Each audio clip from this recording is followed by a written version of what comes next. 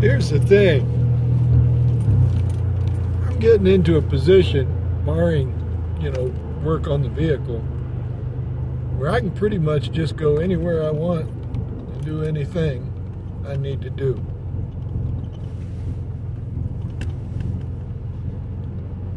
And I don't know what to do or where to go. I don't know if I fight against my own sense of security. For a very long time I was pretty homebound. Or if it's, a matter of comfort. If I'm just truly want the Lord's will so bad, I don't want to miss it. And I think that's a big part of it. I think all three of them come into play. But I just want His will so bad. If I know I'm in His will, I feel pretty confident that He'll take care of me. I mean, He has so far. Really. He has all my life, even when I was outside of His will.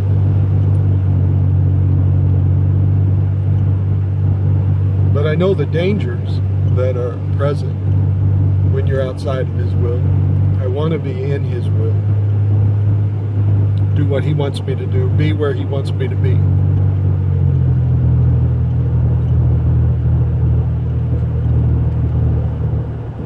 I know one of the things that I fight is that something has to be right now. It has to be done right now.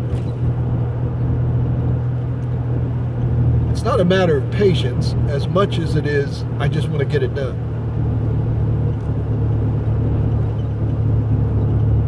And sometimes it even causes me to lose sleep because I lay there and I think, wow, I need to do this like right now. And when I wake up the next morning, I realize I don't have to do it right now. And in many cases, He's made provision so I don't have to do it right now. But I get antsy. I feel doom coming upon me. I feel like I need to do it right now, or I'll miss that opportunity, or I'll miss that moment. Sometimes I want to just, like when you've got a Band-Aid on and you're a kid, your mom just rips it off, Get it over with, just rip it off. So, I don't have all the answers by any means, shape, or form. I would like to have, but I don't have. One thing I read today, though, was in Timothy about being a doer of the word, not a hearer only, deceiving yourself. And I want so desperately to be a doer of the word.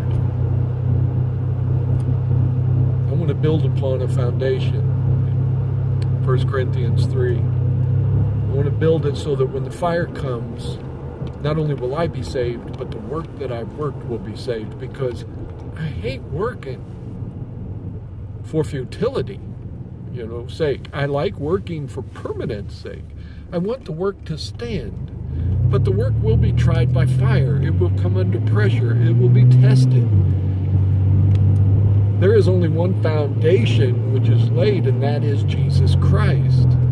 And be careful how we build upon that, because the day will declare each man's building. It'll be inspected, and the inspection will be very diligent. I just want it to pass inspection. I want it to be good for use. I want it to be good for food, so to speak. And so, this is my heart's desire. In James 2, I don't know what chapter, but it also talks, I think it's 1, but I don't know. But it talks about bridling your tongue and about not losing your temper. This is real religion. This is true religion. This is true living for God. Being able to corral, manage, and or eradicate this flesh that would put itself on the throne of life. It's not living at all. And you feel it when you get angry. You know, sometimes it feels good to blow out the tubes. But when you get angry and you lose it, you lose control, and you no longer are thinking methodically, and you're no longer listening, but you're just angry. At that point, you're sinning, because at that point, it's no longer a righteous anger. It's a fleshly anger, and you can feel it. Your blood pressure goes up. Your you know, everything is negative. I was also reading about Lazarus, you know, when he was in the tomb and he had died. Jesus just kind of took his time getting there. He was in no real hurry. And he had all these opposing voices, you know, some saying, you know, hey, your friend's sick, you got to get there. Others, his disciples going, you can't go back there. All his opposition and stuff. You know, he just seems so calm in the scriptures. He just kind of walked in his own obedience, you know, in his own mind, in his own confidence, in his own relationship with the Father, which he related to several times, saying, this is happening because of this.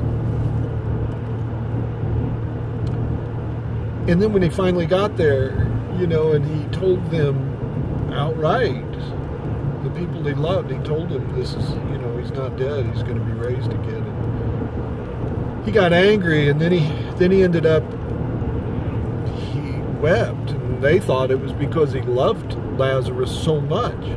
But he'd already told him he was going to raise him up. That wasn't the point at all. And so he got angry again. Now we know Jesus didn't sin, so this was all righteous anger. He was angry because they weren't listening to him. They didn't understand. They didn't believe. Even when he told them, they didn't trust.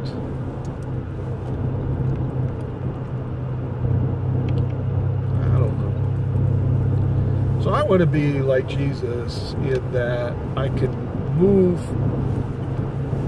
God's timing use that word loosely, self-assurance, with an assurance that I'm hearing from God. And when I do get angry, I want to be angry in a righteous way, in a way that continues to listen, is slow to speak, and moves in the will of God, you see. So that's my little thing today. There's not a day goes by that there's not spiritual warfare taking place, that I don't smell my own flesh burning, and that there isn't, you know, a walking out of what God speaks to me. That's all good, I guess. Doesn't always feel good, but it's good. The reason it doesn't feel good is because there's a part of me that opposes it, that wants my own way. That's what causes the conflict. If that conflict wasn't there, there would be peace. Oh, how I want peace.